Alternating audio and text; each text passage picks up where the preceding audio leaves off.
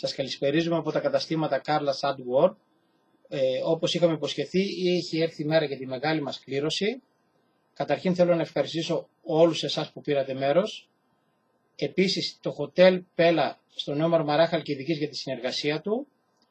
Όπως βλέπουμε είναι περίπου στα 280 άτομα που έχουν πάρει μέρος. Εύχομαι καλή τύχη σε όλους σας.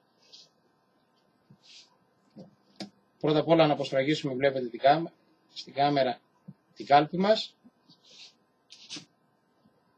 Και πάλι καλή τύχη σε όλους.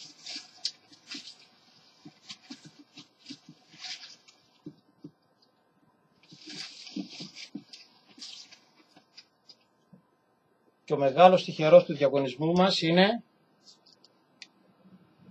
η κυρία Σκυλίτση Σοφία,